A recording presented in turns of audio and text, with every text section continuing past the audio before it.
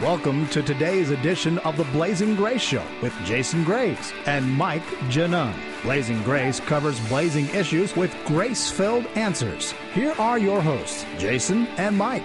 This is Mike Janung, and welcome back to the Blazing Grace Radio Show.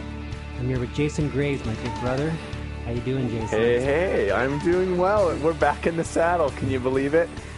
Well, life is a series of hellos and goodbyes. True. And we're going to do both of those at the beginning of this show. And right now, I want to present the first ever Blazing Grace chocolate cigar to you. Excellent. Excellent. And maybe you can tell our listeners what this is about. Oh, well, thank you, Mike. Boy, well, we welcomed little Selah Ray Helena Graves into this world on February 3rd. At 9:02 a.m., weighing in at a hearty 6.9 ounces, or 6 pounds, 9 ounces, and 18 inches long. So she's just a little bug, but we love her. And so we're celebrating indeed. She's back home with mom. She's breastfeeding really well, and everything went fine. So we're excited. And boy, life is changing. How's sleep? Well, sleep has been interesting lately. Now, we have been blessed. She is waking up just pretty much once a night in the middle of the night. And so we're pretty blessed by that, but I'm not counting on that to necessarily continue, so we'll see what happens. And Susan's doing well? Yeah, she's doing really well. She had a few complications after the birth, but we got those all sorted out, and so she's doing well. We're all just kind of adjusting, you know. So it's fun, though. She's a little cute little bug. I call her Munchie. That's my nickname for her because it's short for Munchkin, and plus she eats a lot. So Munchie. Well, congratulations, Thank brother. you. Thanks for the cigars. Yeah. Well, and as for the goodbye, we do have some news for you. Our brother Rob is, to make it straight out, he's going through a divorce. Right. And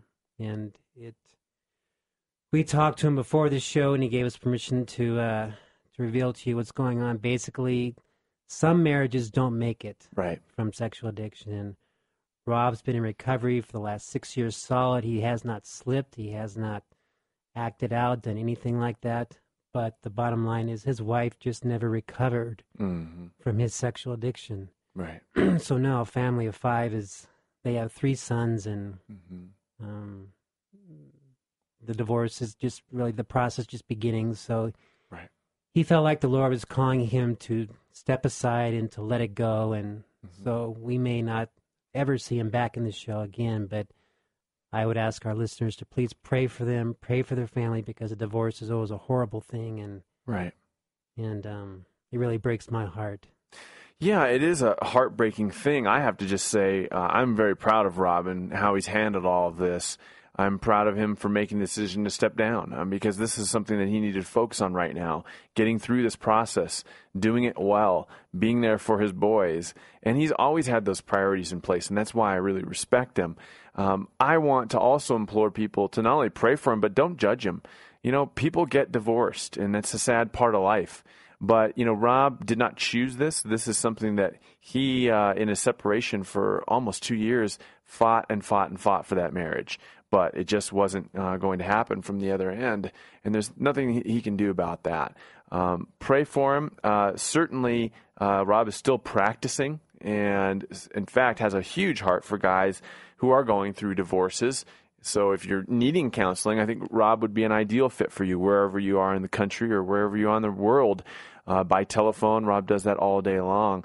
So certainly contact us and we can put you in touch with him. Or you can call him at 719-593-1163. But the bottom line is that we're going to miss him, and it's going to be different around here without his energy, isn't it, Mike? Oh, yeah. But definitely keep him in your prayers, and I know that he would love to hear from you. So, but that kind of leads us into what we also wanted to talk about, in that divorce can be kind of consequential. There's many consequences. At a 2003 meeting of American Academy of Matrimonial Divorce Lawyers, 2/3 of the 350 lawyers who attended, and these are all divorce lawyers again, said internet porn contributed to more than half of the divorce cases they handled.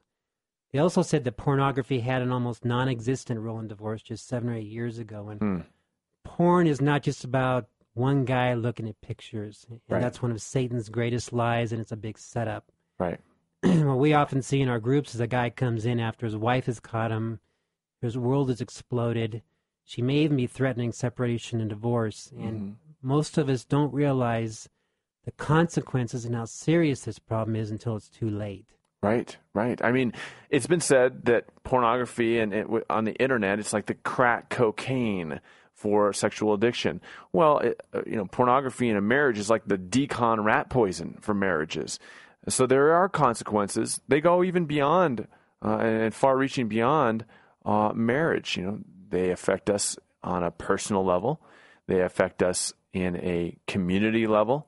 They affect us in the different areas in our community, at church, our functioning in our neighborhoods, our workplaces, but also culturally. There's macro consequences for this stuff.